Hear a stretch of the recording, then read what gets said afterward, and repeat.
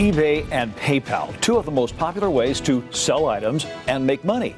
But beware, your next transaction could turn into a nightmare. 8 on your side consumer advocate Michelle Mortensen uncovered a loophole that could cost you dearly. And when you hear about it, it may just have your blood boiling. Absolutely, because for years at this very spot, I have told you that PayPal is a safe and secure way to shop. And it is. But if you're selling something, you're going to want to read the fine print, because this loophole is a big one. This boat is at the center of a big problem, and it might just leave this woman in a big bunch of financial trouble.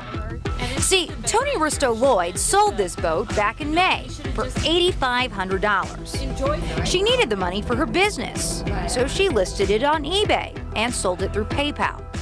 Now here's the problem. 6 months later, PayPal is demanding the money back. You never think that something that's a safe way to buy and a safe way to sell is going to basically screw you in the end. I know what you're thinking. How could this happen? Well, here's how. 9 days after the buyer came to Las Vegas, inspected the boat, bought the boat, and brought it home to Arizona, he changed his mind and didn't want it anymore. So he asked eBay for a refund. They investigated, but didn't rule in his favor. Unsatisfied, he went to his credit card company and filed a chargeback. And they gave him his money back. And I said, excuse me, how can you give him the money back? Collection notices from PayPal started piling up, but the money was spent. So Tony didn't know what to do. I figured if anyone could help me out, it would be you. To help, I reached out to PayPal, and we talked a lot for months. But in the end, all I officially got was this statement, and it didn't say much at all. The fine print in PayPal's user agreement told me a whole lot, though. They have their entire chargeback policy outlined there. Like, they don't have to dispute chargebacks if they don't want to, even if you have proof. And the seller is responsible for everything if one happens. Only problem, Tony didn't read any of that fine print. Oh, I'm very guilty of it. Scroll, scroll, scroll, agree. My name is Michelle Mortensen. Next, I reached out to the buyer. I'm on the phone with him here. He wouldn't agree to me recording his end of the conversation.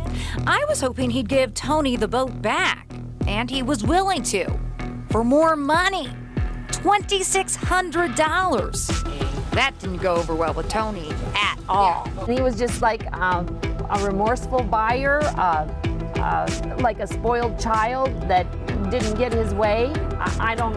He got to use the boat all summer. Personally, I should be able to charge him rent. I reached out to the credit card company too, but they just referred me to PayPal. And PayPal's policy is pretty clear when it comes to chargebacks. So Tony's only option now is a legal one. Tony's big boat may end up costing her big bucks, more than it ever did when she owned it. All right, so what's the takeaway for you? Well, be careful when selling items on eBay and using PayPal. PayPal's hands are pretty much tied in chargebacks. They're beholden to the credit card companies, and the credit card companies usually protect their customers. So this same scenario could happen to you weeks, even months, after what you thought was a successful sale. Wow. So now, you know. It's like we were sitting here talking. We all signed that, scroll, scroll, check box. We all do it. Is anybody talking about regulating that? Because really, you need a lawyer to hit the agree button.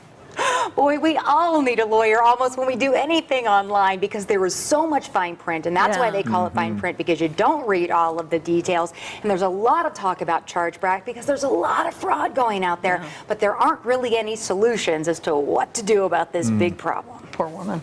Yeah. Thanks, Michelle.